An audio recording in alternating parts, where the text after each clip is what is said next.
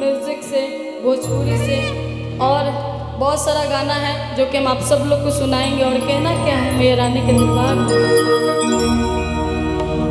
कि निमिया के गछिया तर माई के आसनवा पूजनवा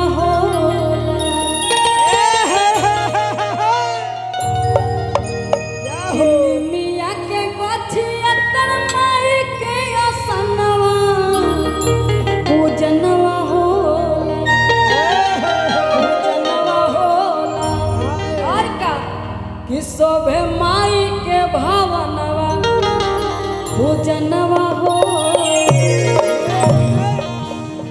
दोन रहे चले लू डहरिया तो ना। हां ठीक बा ठीक बाकी बड़ी सुंदर भाव में भक्त जाग में बताओ तेरे कहत का मिया के गछी तर माई के सनवा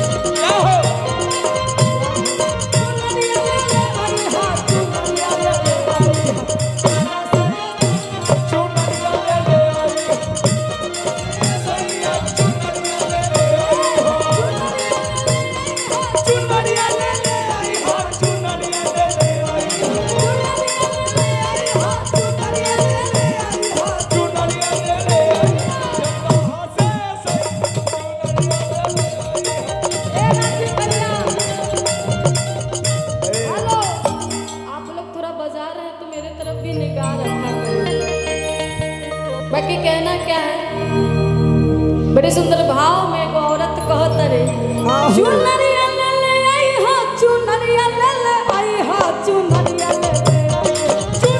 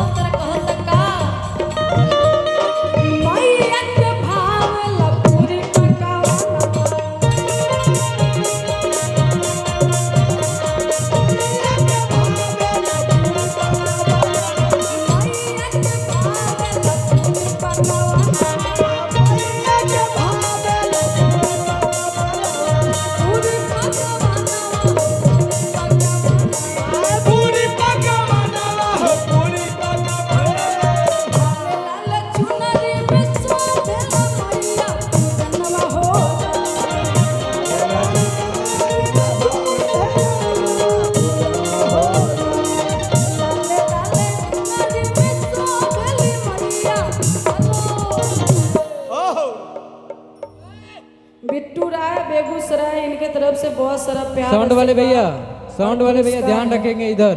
ये राम पीड़ित के ससुर हैं। बहुत टोन के धन्यवाद। उठाइए, टोन के उठाइए, टोन उठाइए, टोन उठाइए, टोन टोन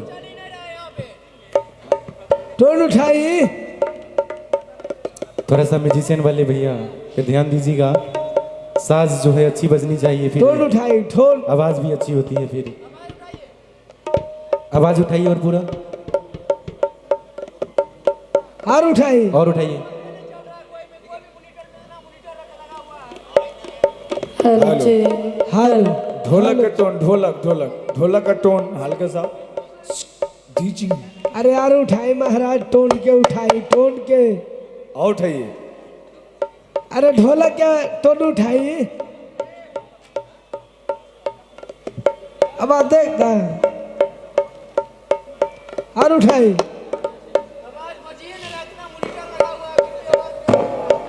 ढोलक का ढोलक ये टोन। हाँ अब हुआ है ना, हल्का कम कर दे, हल्का, ठीक है। अब तो ठीक है, अब सही है। चलिए, बोल सरा वाली मैया की। आइए राजीव भाई, आप थोड़ा सा खड़ा हो जाइएगा। जय हो, जय अच्छा हो। चलिए। दशहरा में एगो और हमारे सॉन्ग आयल है, बड़ी सुंदर भाव में साली अपना जीजा जी से अर्जी लगाओ।